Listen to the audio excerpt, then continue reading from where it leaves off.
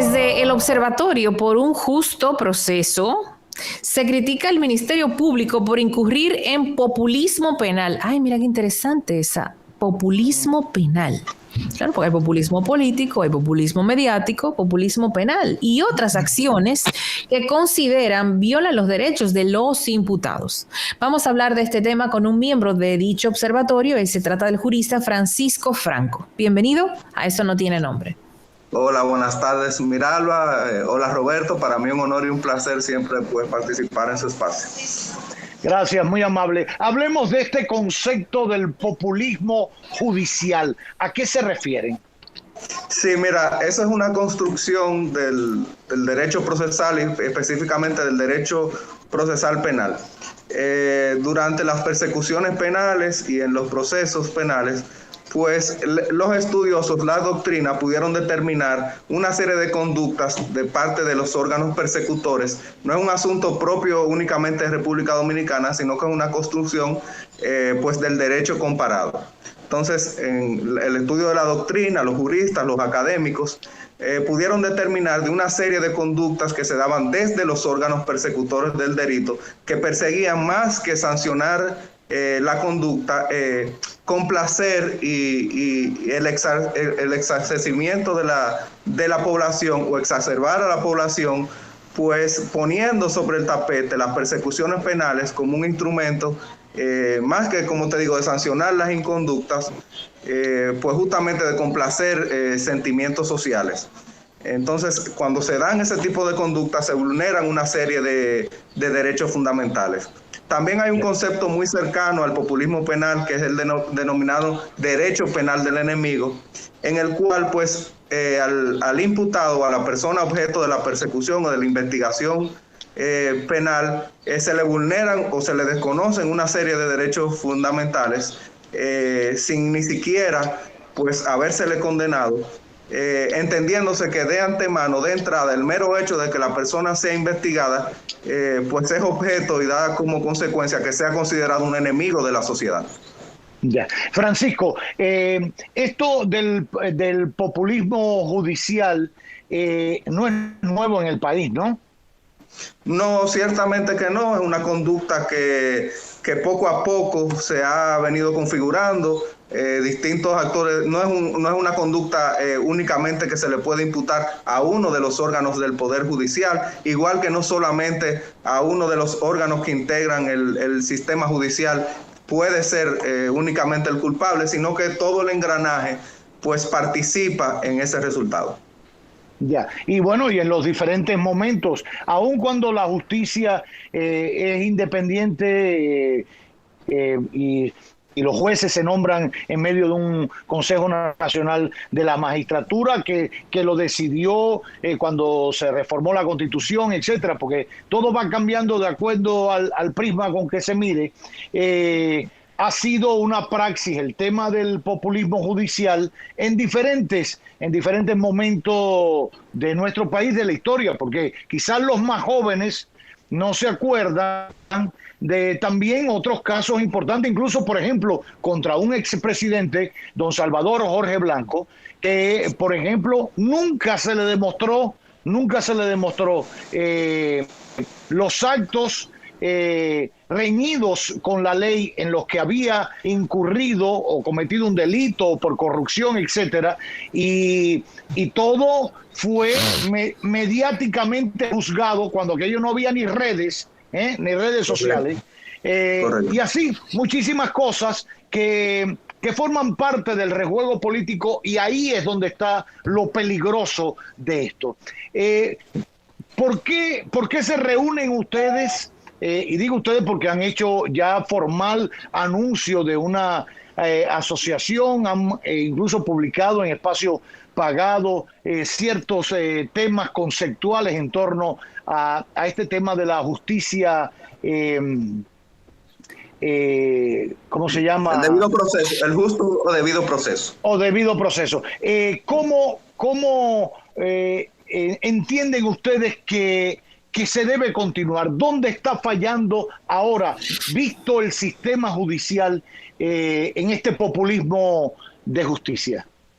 Sí, mira, hemos iniciado el Observatorio por un Justo Proceso, que es la reunión, la coincidencia de un grupo de profesores, de juristas en ejercicio, de académicos, que entendimos y nos vamos a dedicar pues a dar seguimiento no solamente a la justicia penal, porque el justo proceso o debido proceso no solo incide en la justicia penal o en la jurisdicción penal, sino que es un derecho o una garantía transversal, no solo al ámbito jurisdiccional, sino también que rige la actividad administrativa. Entonces, el justo proceso o el Observatorio para el Justo Proceso va a tener una visión amplia. En primer lugar, entonces hicimos una primera entrega de varios temas que, en primer lugar, llamaron la atención de nosotros. Entonces, hicimos esta primera entrega dedicada a la persecución penal de casos notorios o casos relevantes que se vienen tratando en la opinión pública.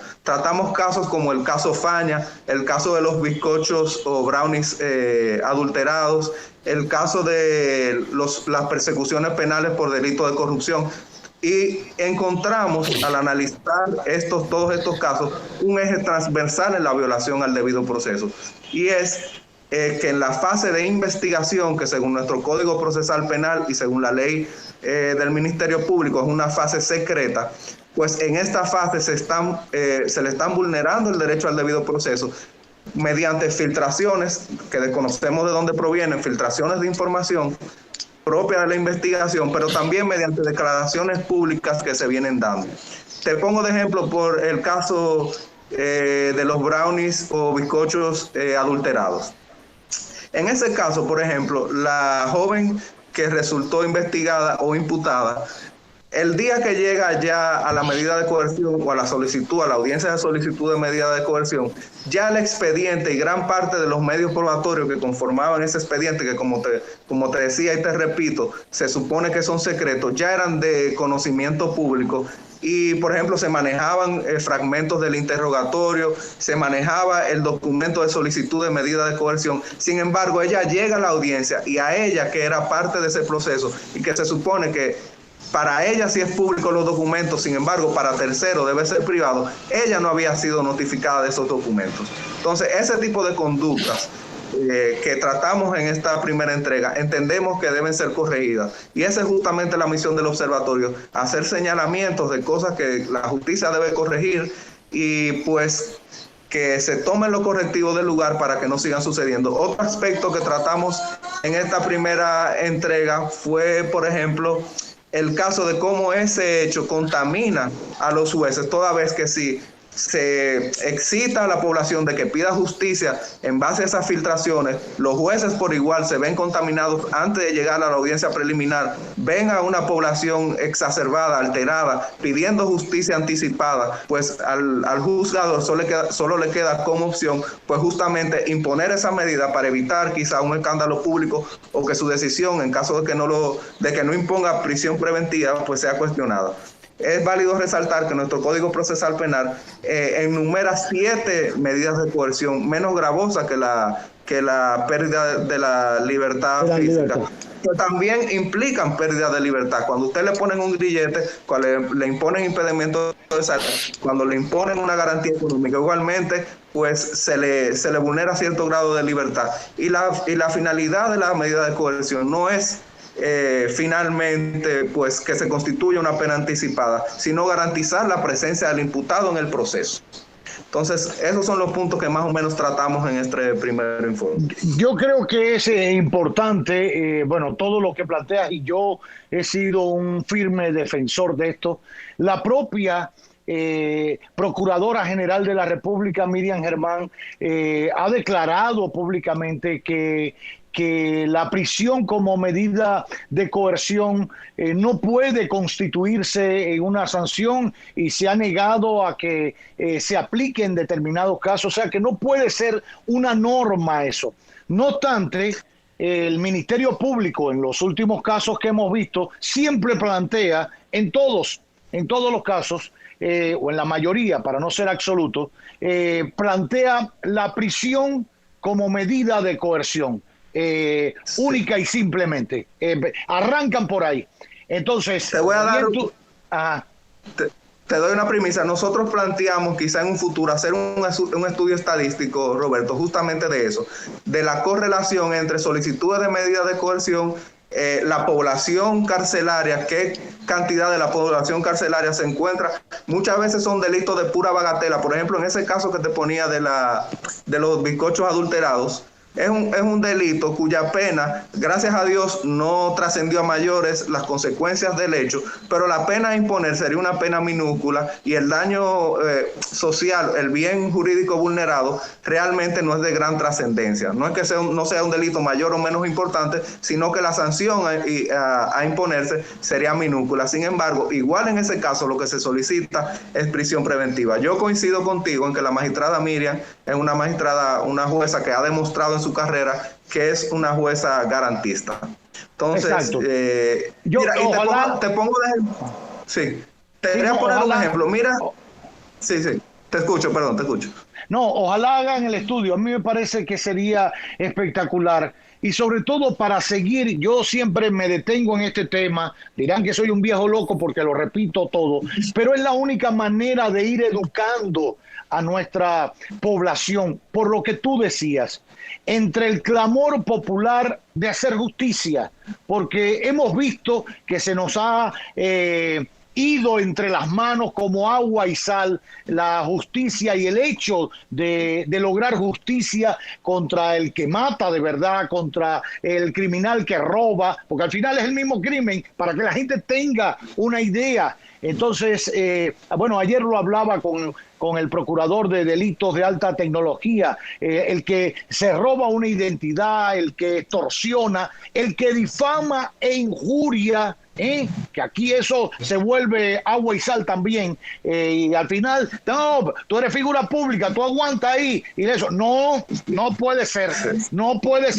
porque aquí se ha confundido eso, y las redes y la cosa, y esto es la globalización, no del disparate. Entonces, no puede ser que por un lado seamos tan permisibles y por el otro querramos aplicar ciertas cosas en materia de justicia que al final no educan a la población. Hay que educar a la población en qué cosa es el conocimiento de una coerción, como bien tú decías, qué se busca con una coerción a un imputado donde se está comenzando a armar un expediente, se parte de una hipótesis o de un hecho criminal. Mató una gallina. Bueno, entonces vamos a empezar a partir de ahí. Vamos a demostrar eso. Vamos a demostrar, Roberto, y a la gente hay que explicarle eso. Quería ponerte un ejemplo gráfico. En el caso de Brecht, a la mayoría o a todos los imputados se le impuso medida de coerción de privación de libertad o prisión preventiva al iniciarse el proceso, fruto del propio clamor popular. Con el desenvolvimiento del proceso, todas esas medidas, por el vencimiento de las mismas, fueron variadas. Y en la actualidad todos pues, se encuentran disfrutando de otra medida de coerción.